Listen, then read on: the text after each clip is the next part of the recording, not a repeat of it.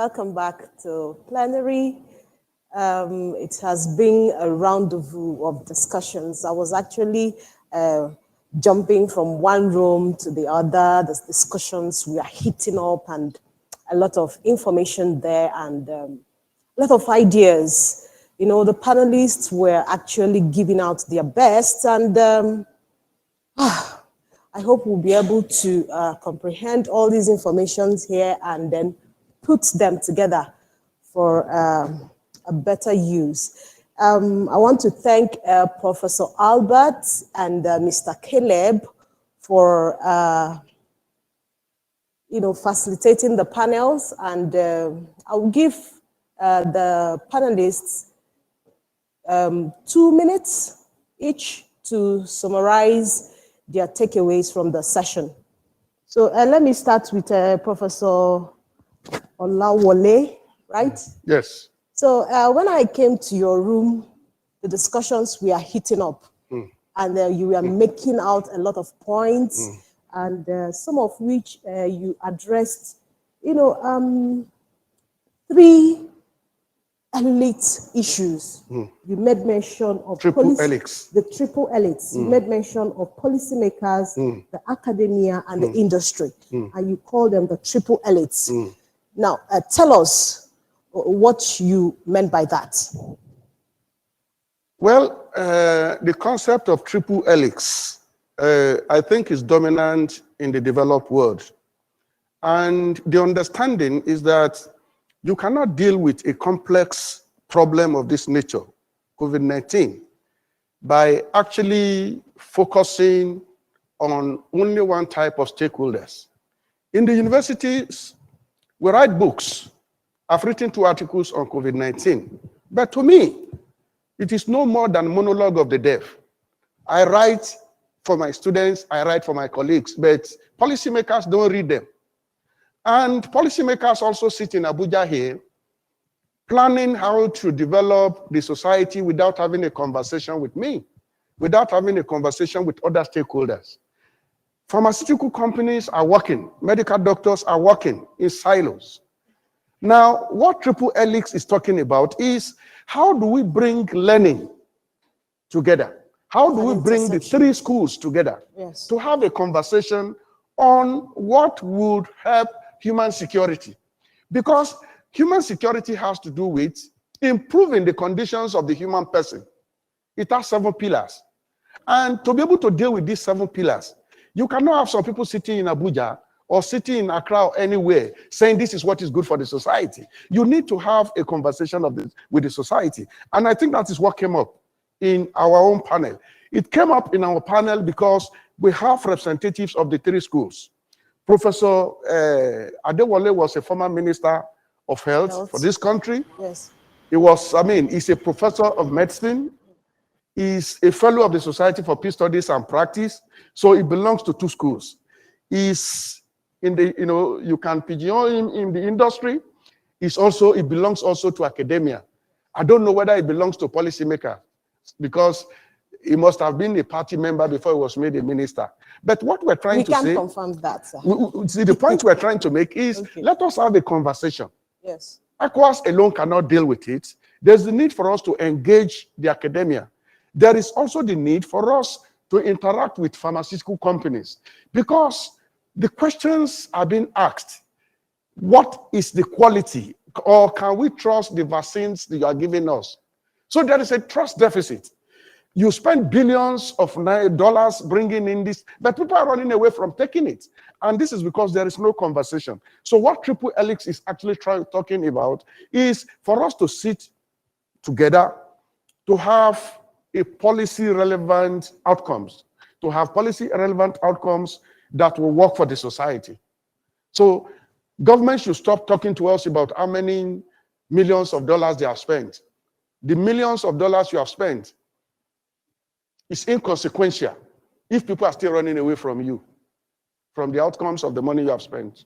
So this is simply the point I was trying to make. Okay, thank you very much on that. And now, just give us a summary of what... well, the summary of my panel, the summary of my panel is, 1, that COVID-19 had negative impact on security and governance. Yes, well established. Most especially in terms of trust deficit.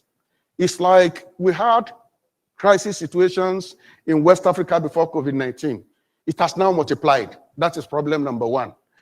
Problem number two is that the responses of our state officials were not inclusive.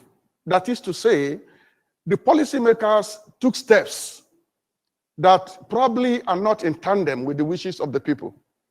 And that is why you find several people in our communities that are frustrated that they never benefit. COVID-19 took away their livelihood, their means of livelihood.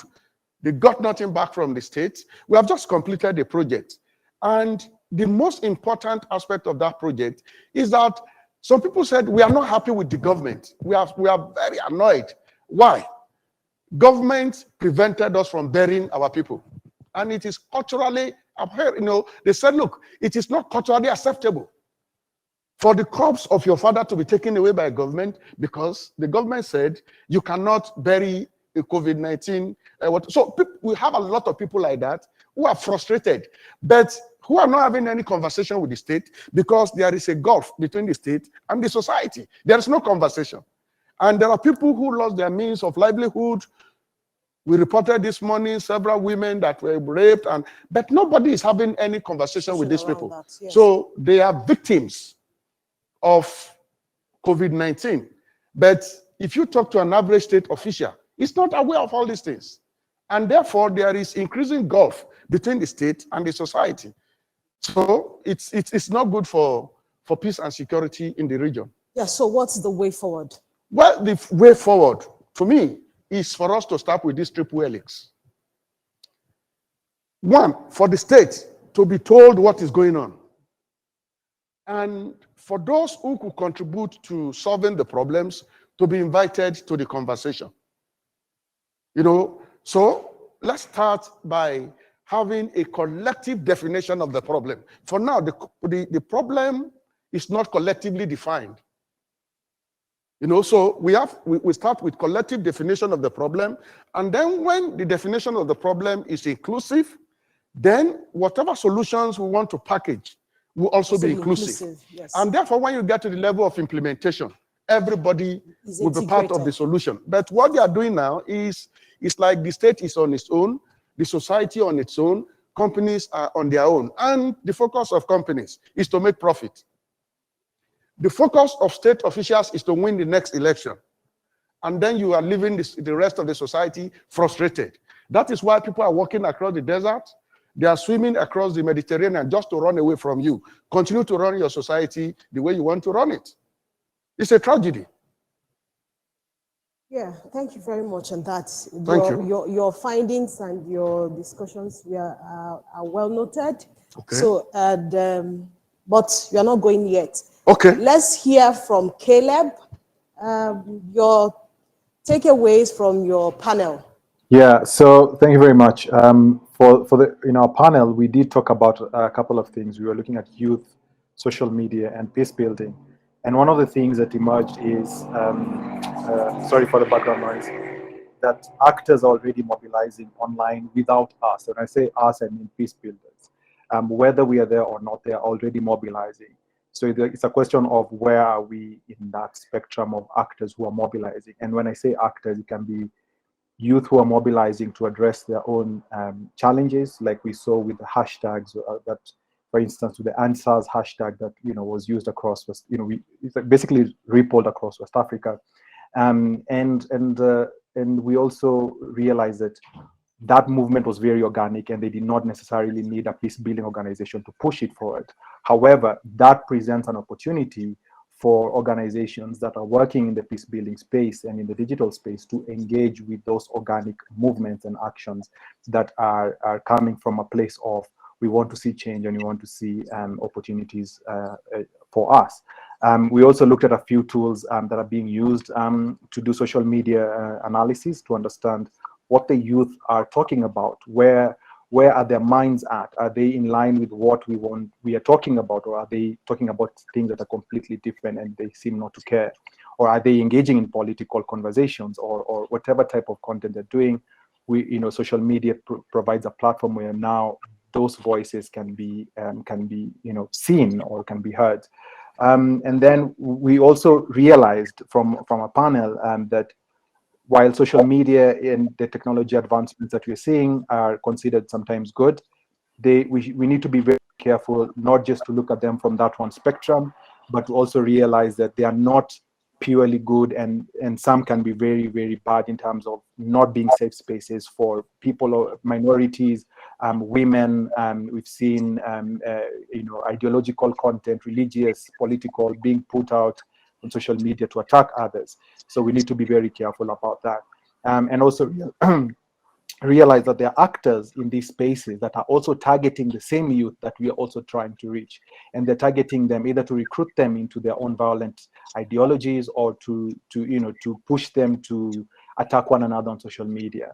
And to address that, it was interesting what Zigwa and Alessandro talked about, where we can engage with those positive actors that already exist and the influences, and work with them to create that cross between the online and the offline, and then also train youth on basically digital literacy so that they can be able to navigate that space, being aware that there are malicious actors and there is good content, and how to navigate around that and without being victims, but rather being part of the solutions to conflict. Thank you very much, Caleb. Your discussion, when I came to your room, your discussions were actually on the online and offline issues. That's the young people, the users of the internet. So now I want to ask Ms. Zigwa, you were talking about young people being very innovative, and they are the most active users online and offline. So in your own opinion, how do you think we can harness this energy into peace building? These energies can be harnessed in a very tactical manner by ensuring that we take peace building into that space.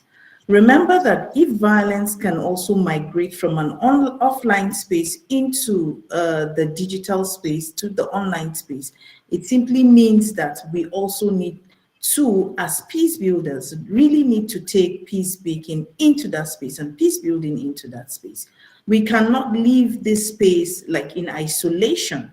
If we don't do that, then it simply means that those who want to fan the embers of violence will continue to do so at our own peril as peace builders, and will continue to thwart all of our efforts in the course of the work that we're doing. So I said earlier that in our session, I said it is important for us to ensure that we carry these people along. We need to build their capacities. If we identify influencers that are strong, that have strong voices, if these influencers don't put out those things, those that are retweeting will not have anything to retweet. If those that are sharing will not have what to share, those that are liking will not have to share. And these are the kind of things that happen within the digital space. And in order to shape this conversation, if we build their capacities to a certain significant level, then it means that we're closing in the gap of those that are exacerbating violence using the digital space, using the online space, using social media. And that is one strong thing, that as soon as we do that, you'll find out that stakeholders or those who instigators, the ready hands that will be doing the dirty bidding within the digital space. So it is important for us as peace builders to identify those people that are influencers, those who shape conversations, like any normal situation. I heard a prof talking about the three E's or so, but it simply tells you that those are the people that, if you have these influencers, those people set agendas, right?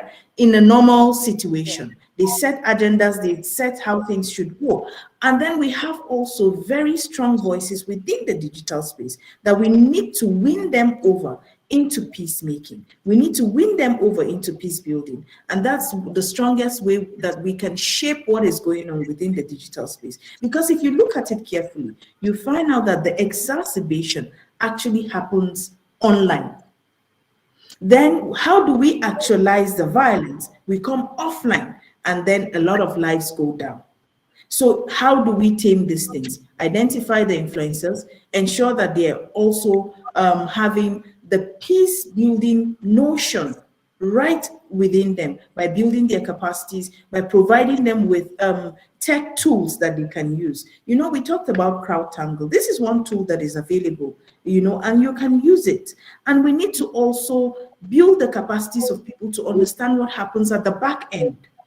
Because if they don't know what is happening at the back end, then you may not also know the modus of operandi of those that are exacerbating the conflict or exacerbating violence offline. So these are key things that I think that if we do that, we will be able to really close in the gap, and we'll be able to have a lot of people that are using technology, a lot of young people. And if you look at the peace building space, you may not find very young people there.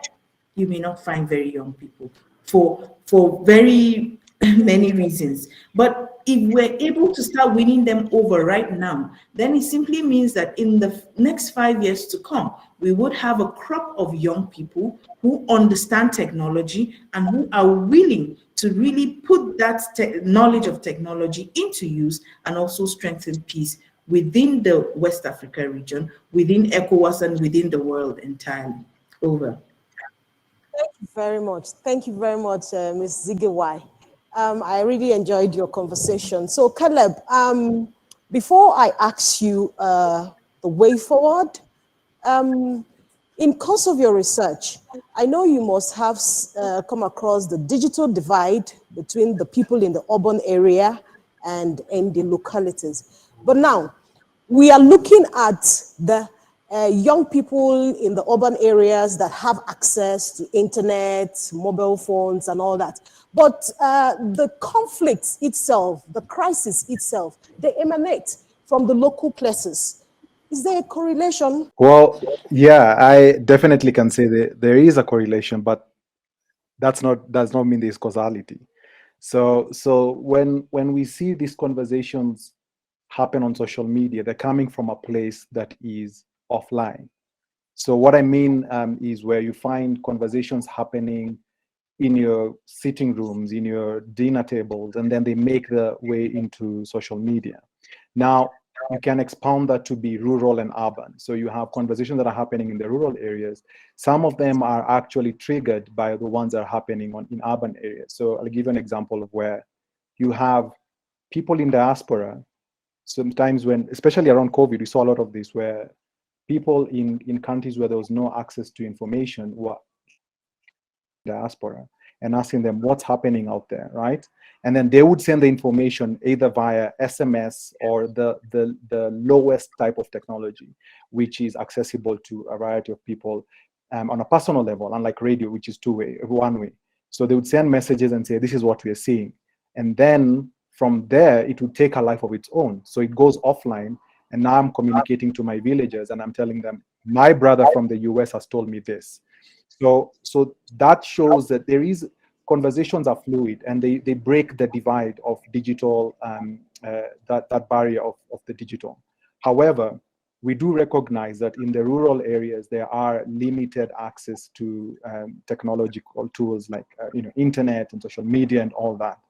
So one of the recommendations that we talk about in the paper, in the report, is this idea of a public-private partnership. And we've seen that in multiple countries where, for instance, there is something called Facebook Zero now, right? Where you don't have to have data to access Facebook, where you just access it and you don't get to see the videos and the images, you just get the messages, right? So at no cost. But that comes as a result of the government working together with a technological company to provide that information. Now, that, it's a recommendation, but it really it's determined by the government of the day and how they view social media and whether they look at it as a threat or as an opportunity to engage the youth. Okay. So there is a correlation, and it has to be strengthened by research to identify what are those paths that lead from hate speech to misinformation to disinformation to violence. Yeah. Okay. Thank you very much. Thank you, Caleb. That's quite explanatory. Now, can you tell us what's the way forward in 1 minute, please? Well, in 1 minute, I think one, peace builders need to embrace the fact that technology is here to stay. Whether governments are going to not adopt it or adopt it, peace builders have to look at it as a space where conversations are happening, and some of them are linked with conflict. And then also on our side to brush up on the skills, not just say, oh, it's on the youths, so we leave them to them, but to learn this space and understand how things unfold, what is the role of social media in conflict, train young people on social media to be careful about what the content they're engaging in. So that is basically, getting that education right, digital literacy, to make sure that when they get into that space, they are aware first before even putting out their content. Yeah. Thank you very much, Caleb. Thank you very, very much. Thank you, all the participants, all the discussants. It has been very insightful, and the knowledge sharing here, it's okay. So let's look at what next we have. Professor Olawole, thank you for being here so with us, and then we hope to see you soon. Thank you very much. Yeah. So, what next? Where are we going from here? We will be preparing to go in for the second session, and that will be on... Now, I know that by now we all are familiar with the technology and how to join the rooms and all that. So, we'll go into the next session. So, okay. So, is the networking? Okay. So we'll now have a 30 minutes break, and from the next 1 hour or so, right? Okay, we will join 2 additional thematic sessions, and again, like you did before, you have the opportunity to choose whichever room you want to participate in. Now, let me give us a peep into what the rooms will look like. The first session, again, here will be on countering harmful narratives online, and will be facilitated by Mr. Stanley Bentu. He is a well-experienced television and radio host here in Nigeria. And then the second session will also be on pandemic and coups, exploring priorities for the implementation of the UN Resolution 1325. So, I think I will hand over to my colleagues back in London to take over from here. Thank you.